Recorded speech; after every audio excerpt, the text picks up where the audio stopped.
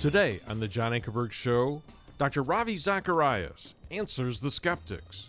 Ravi grew up in India, where his ancestors belonged to the highest caste of Hindu priests.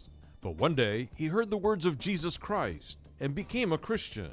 He has gone on to become one of the most brilliant Christian apologists in the world, traveling to more than 70 countries and speaking at the most prestigious universities, notably Harvard, Princeton, Dartmouth, Johns Hopkins, and Oxford University.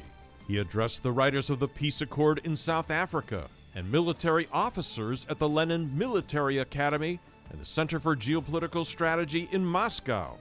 3 times he's been invited to speak at the annual prayer breakfast at the United Nations in New York, and he has addressed the National Prayer Breakfast in the seats of government in Ottawa, Canada, and London, England, and spoken at the CIA in Washington, D.C.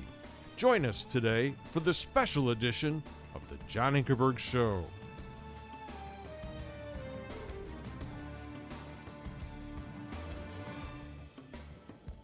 Welcome to our program. I'm John Ankerberg. Thanks for joining me. Possibly a friend has called you and invited you to watch our program today and hear our amazing guest. If so, I want to welcome you and say I don't think you're going to be disappointed in what you hear. My guest is the brilliant Christian apologist, Ravi Zacharias, who has traveled to more than 70 countries around the world, speaking at the most prestigious universities, answering students' questions about life's toughest questions, and he does it both logically and lovingly.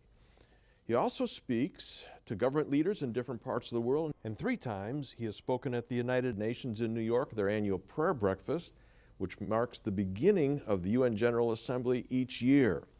And this broadcast, folks, is being watched in 206 countries and territories. It's being translated into many languages. And in the weeks to come, I've asked Ravi to answer questions from students. First of all, we'll spend a week with those in the Far East. Then we're going to move to the Middle East. Then another week from those in Europe. And then from students in America. And so I think you're going to enjoy that. But today I want you to get to know this man. He was born in Chennai, India. And Ravi, our world is confused. People are searching for answers and they can't seem to find anything that matters. And you were a confused young man yourself. Take us back to Chennai. And you did not know the clear teachings of Jesus Christ. How did it all come about that you became a believer and follower of Jesus Christ? Well, first of all, it's good to be with you, John. Known you over many years, and just a delight to have our friendship. Yes, you're right. I think confusion is probably systemic in our world today, and it's not particular to any one culture, no matter where I go. In fact, the greatest percentage of our audiences is really among the young, be it universities or high schools or whatever, because that's a questioning stage in life. And there's a Chinese proverb that says, if you want to know what water is, don't ask the fish. When you're so immersed in something, oftentimes you really don't even think of a counter perspective, or you don't think of questioning what your environment is about. But the interesting thing is you may be immersed externally in something, but internally you cannot run away from what keeps on haunting you. And so yes, you're right, born in the city of Chennai, India. It used to be called Madras at that time, but a few years ago it was changed to Chennai. Bombay was changed to Mumbai. I have to keep up with all of this. Raised in that southern city. My mother was born and raised in Chennai. My dad came from deeper south in the state of Kerala, and they met in Chennai and were married there. So my dad spoke Malayalam, my mother spoke Tamil. I was raised in Delhi and spoke Hindi. I often say I can speak Hindi and Tamil. Malayalam, I only knew the scolding words my dad used, so I don't use them in public. But Chennai was my home city till I was very young, 3 or 4, and then moved to Delhi.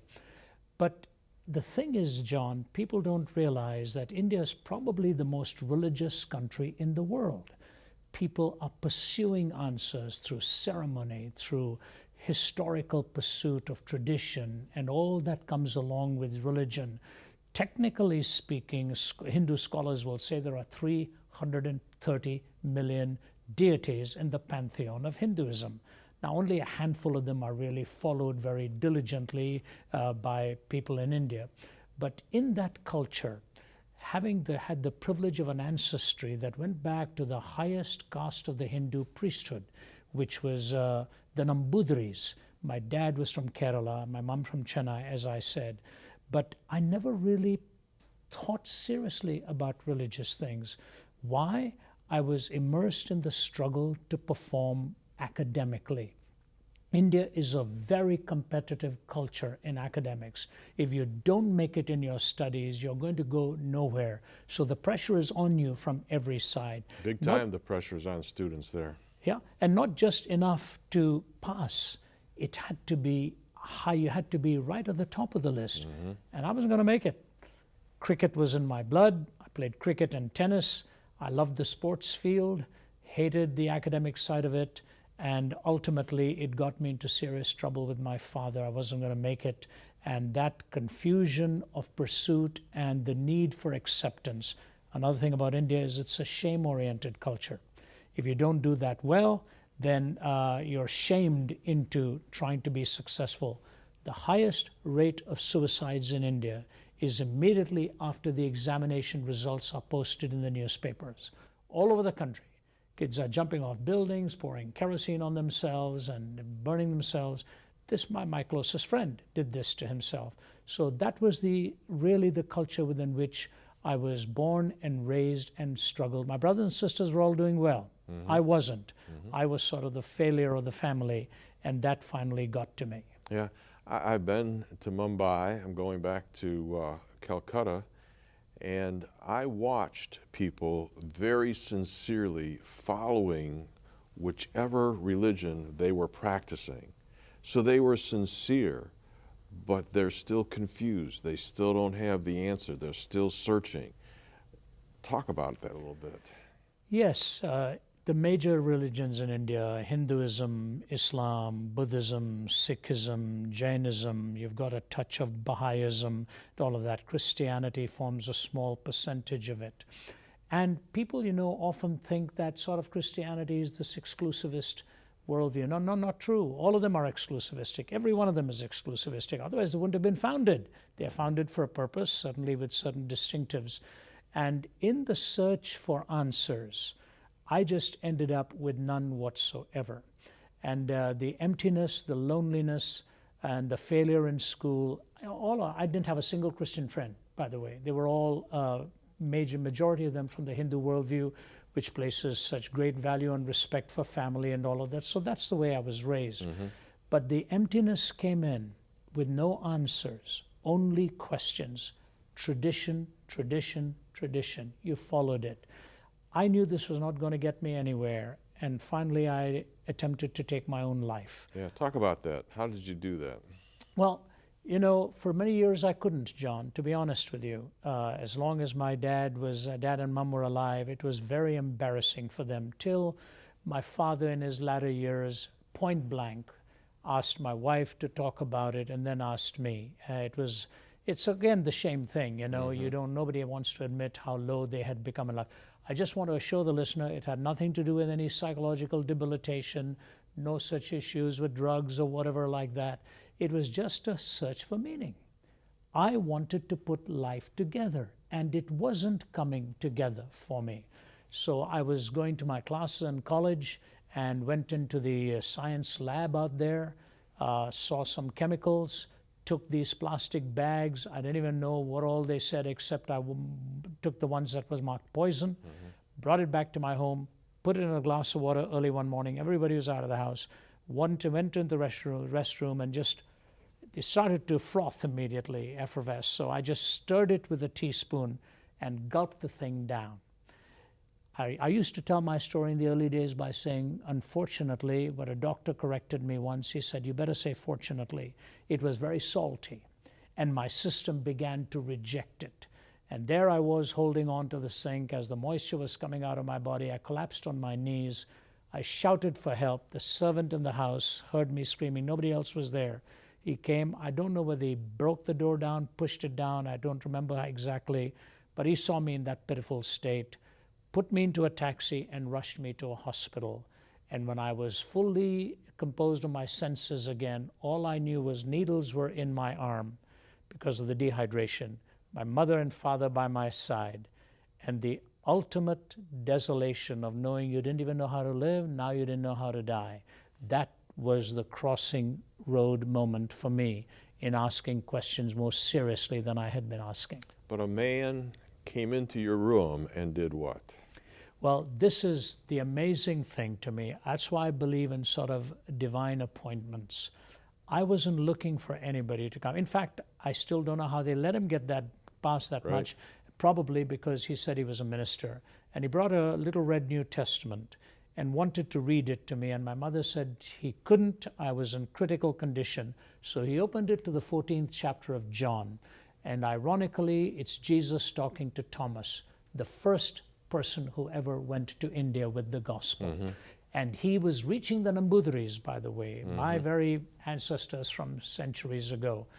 And in that 14th chapter of John, as Jesus was saying, because I live, you shall live also, I grasped onto that verse and said, Jesus, if you are offering me life like I have never had it, I want that life from you.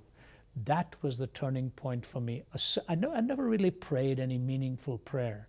And I invited Jesus Christ, the author of life, to give me the life that he alone could give. Aged 17. And the Bible handed over to my mother. I couldn't hold it because, as I said, the dehydration had set in. So my mother, in her heavy accent, reading this to me, I prayed the prayer. And that was the beginning of a journey that has now continued with utter delight and perpetual novelty. Yes, twists and turns and ups and downs, but when you have the map of God in your own heart, you walk with him hand in hand.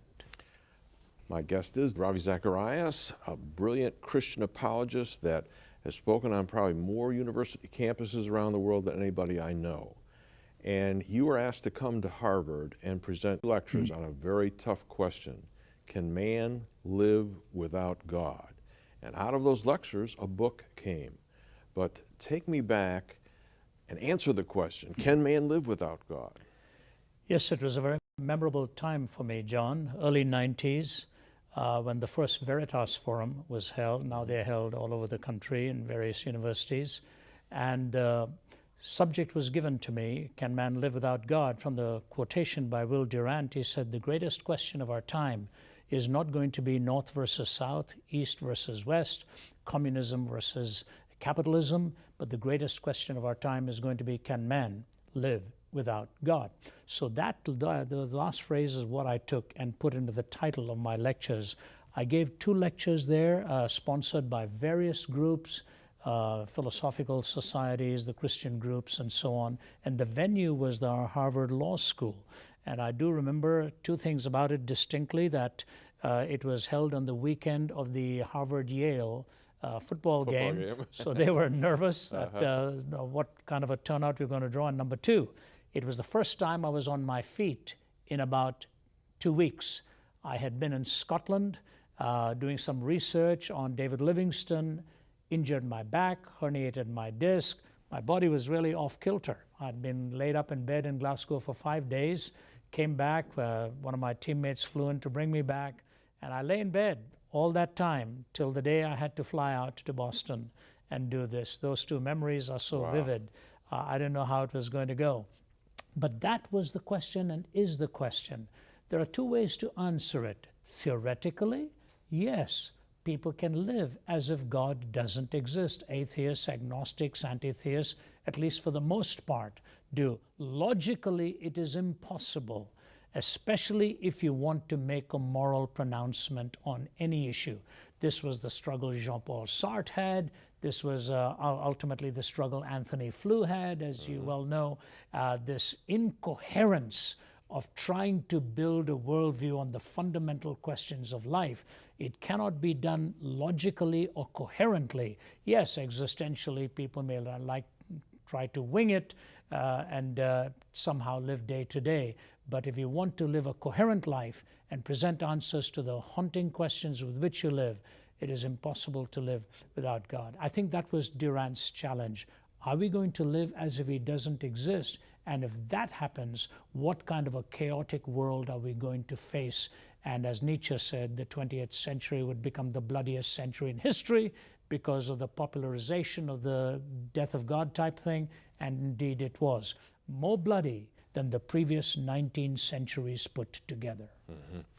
Yeah, I find it interesting that Nietzsche's writings influenced Hitler. Hitler gave them to Stalin and to Mussolini. And you can tell what happened in all three of those nations. Yeah, this is, if you read Paul Johnson's book, Modern Times, he tells this story. He talks about these three demagogues of the mid-1900s there in Hitler, Stalin, and Mussolini. And the irony of it was Stalin at one time was preparing to go into the ministry, and lost his faith in God. Hitler, of course, wanted to build the super race, the Überman, the stronger man that he wanted to build to take over. And these ideas of living without God became popular. Nietzsche, ironically too, son of a pastor, and both of his grandfathers were in the ministry. And he said, when we realize God has died in the 19th century, a kind of madness will break out. The last 13 years of his own life, he spent moving between sanity and insanity, oftentimes in silence for weeks. But here's the parable he gave. He said, have you not heard of that madman who took a lantern and went into the city saying, I'm looking for God, I'm looking for God. He excited considerable laughter. People standing there looked at him, thought he was just a maniac himself. And then he said, where has God gone? Have we lost him? Has he gone on a journey or a voyage? And these questions. But the thing I like about Nietzsche is he was honest about the implications of his conclusion. Modern philosophers don't like to take it logically to where it goes. Nietzsche was honest, and he said things like this, the metaphors that he used. Who gave us a sponge to wipe away the horizon? Is there any up or down left? Will lanterns have to be lit in the morning hours? How did we accomplish the greatest of all deeds that humanity has ever accomplished? No horizon left, no point of reference left. He recognized that the death of God meant the death of absolutes and the death of definitions. So here was his question: what sacred games will we need to invent in order to sort of assuage and to bring some kind of satisfaction? So what is he saying? Some type of spirituality is desperately needed, something mystical, something of an absolute nature. How are we going to find all of this now? This to me, John, really, this to me is the greatest question of our time. If God is no longer in the paradigm, where are we going to find the definitions? What point of reference? Nietzsche was right on target. And so he said, two things will happen. The 20th century will become the bloodiest century in history because the 19th century killed God, philosophically he meant, and a universal madness will break out. Need we even probe beyond even the surface to see the data on where we are today in our world? When you look at what happened in the 20th century, Auschwitz, and all of that, people don't like to hear these things. They say, you're pulling at extremes. No. G.K. Chesterton put it this way: the tragedy of disbelieving in God is not that a person ends up believing in nothing. Alas, it is much worse. A person may end up believing in anything. Yeah, and you said there's 4 struggles. If we eliminate the presence of God from a culture's life or from an individual's life, and the first one that you said, and you've never had anybody that has argued logically to give you a better answer to these questions, these struggles. The first one, if God does not exist, there is no objective point of reference for any moral framework. Explain that. Well, I'm an Easterner by birth and a Westerner now where I live. I've brought these two cultures into and I see the strengths and weaknesses of both. In the Western world, we wonder if there is a God. In the Eastern world, which God to believe in. These tensions are there. But the reality is, ultimately, we need a moral framework by which to build our lives. In America, we talk about the roots of law. All right, we have the roots of law. We have the trunk of politics. We have the branches of culture, and it spreads out. What's going to hold the roots together? It's a moral soil that has to hold the roots together. That's how America, for example, was framed, with order and so on. So where do we turn for a moral point of reference? Even the best-known atheists have admitted that. It's only the popularizers who like to come up with all kinds of solutions, the Sam Harrises and all, who think we can find moral reasoning apart from God, and they just warm up old washed up theories that don't really make sense. Mackie the Australian said, it's difficult to talk about these things of good and bad unless there is some kind of a theistic framework. He granted that. Kai Nielsen, the Canadian atheist, said, rationally you cannot come to moral decision making no matter how many facts you bring together. And then he said this fact alone troubles me. Bertrand Russell said that he chose between good and evil the same way he does between yellow and green. He said that to Copleston, and Copleston said, yes, you choose between yellow and green by seeing, don't you? He said, yeah, but how do you choose between good and evil? He said, well, on the basis of feeling. I've often said to my audiences, in some cultures they love their neighbors, in other cultures they eat them. Did Bertrand Russell have a preference? Mm-hmm. By the way, Nietzsche himself said that words have no meanings ultimately. They're in a hall of mirrors reflecting on each other. He said, but I am also too pious to bend my knee at the altar, which is called truth. What was he talking about? The moral implications of what is true. And to me, John, and I know in your life too, I'm raising a family. I'm a father. I'm a husband. I'm a grandfather now. And I look at where the academy is taking our young. Relativism, the absolutization of relativistic way of thinking, it's like having our feet firmly planted in midair.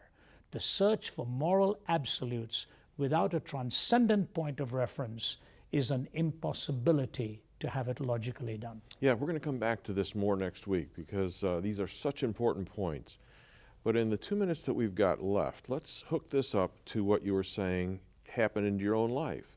People are searching for meaning. They're searching for answers. And you didn't find it in the world. You didn't find it in just religions. You found it in a person.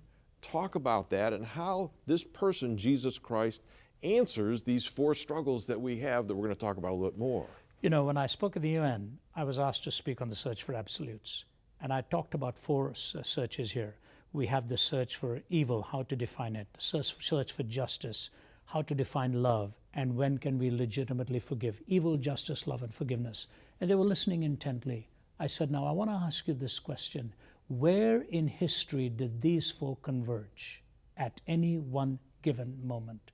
They converged on a hill called Calvary, in the person of Jesus Christ, in whom perfect righteousness was revealed, in whom the love of God was shown, and who brought justice into focus in the penalty for sin and offered me forgiveness. Nowhere else will you see the convergence of these 4 realities and the offer of forgiveness and grace. I found it in Jesus Christ. And to my listening audience, I say the same thing. If you look to Him, speak to Him, pray to Him, He offers you His love and forgiveness and His redemption. Yeah. Folks, this is great stuff. And if you are thinking about these things, would like to have more information, you can go to our website where there's a place for you to think about praying to Jesus Christ, a prayer something like Ravi prayed way back when. But there's maybe more ground that needs to be covered before you do that. So I just hope that you'll stick with us right now. And in these weeks to come, we're going to talk about man's search for God and the answers that are there, but some people don't seem to be able to find them. We're going to ask Ravi to guide us through this confusion, the whirlwind that is out there, and to give you specific examples next week on can man live without God. So I hope that you'll join us then.